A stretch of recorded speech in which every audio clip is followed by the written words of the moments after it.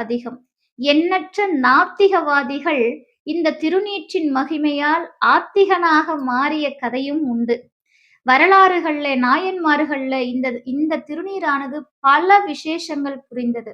நரசிங்க முனையரையர் அப்படிங்கிற ஒரு நாயனார் கூட திருநீரை ஒரு திருடன் திருநீறு அணிந்து வந்ததும் திருடன் என்று ஒதுக்காமல் அவரையும் அந்த அடியார் கூட்டத்தில் ஒருவராக பாவித்து ஏனைய அடியார்களுக்கு 100 பொற்காசுகள் வழங்கினால் இந்த திருடனுக்கு 200 பொற்காசுகள் வழங்கி அவரை சிவனடியாராகவே ஏற்றுக்கொண்ட ஒரு அற்புத குணத்தை நாம் பார்க்கிறோம். சேரமான் பெருமான் வீதியில் சென்று கொண்டிருக்கும்போது அங்கே எதிரில் ஒருவர் தன் உடலெல்லாம் வியர்வையின் காரணமாக உப்பு பூத்தார் போல் வந்தாராம். அவரைக் கண்டு திருநீரை உடலெல்லாம் பூசிக்கொண்டிருக்கிறாரே என்று வணங்கினாராம் சேரமான் பெருமான். இப்படியெல்லாம் திருநீற்றின் பெருமையை அடியார்கள் வளர்த்திருக்கிறார்கள்.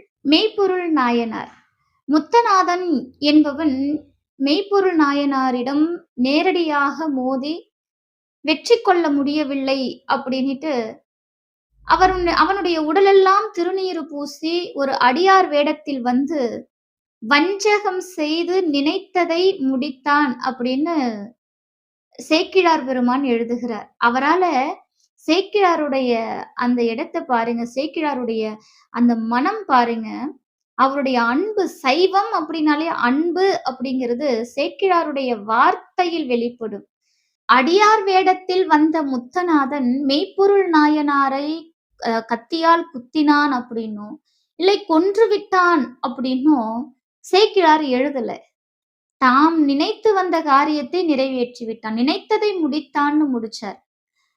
அந்த இடத்துல கூட ஒரு அபத்தமான சொல்லை, ஒரு கஷ்டமான, ஒரு கடினமான வார்த்தையை வைக்க கூட நினைக்க முடியலையா சேக்கிழார் பெருமானால.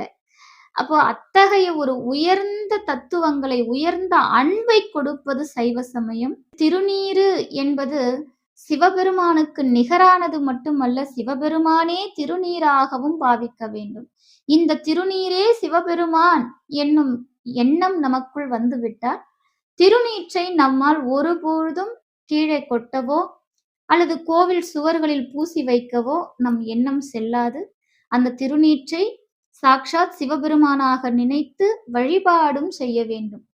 எப்பொழுதும் திருநீறு நம்மிடத்தில் இருக்க வேண்டும். அது ஒரு மந்திரம், நம்முடைய சமயத்திற்கு வரக்கூடிய ஒரு மந்திரம். அப்படிப்பட்ட திருநீற்றின் பெருமையை அனைவரும் உணர்ந்து கொண்டு பயன்படுத்துவோம்.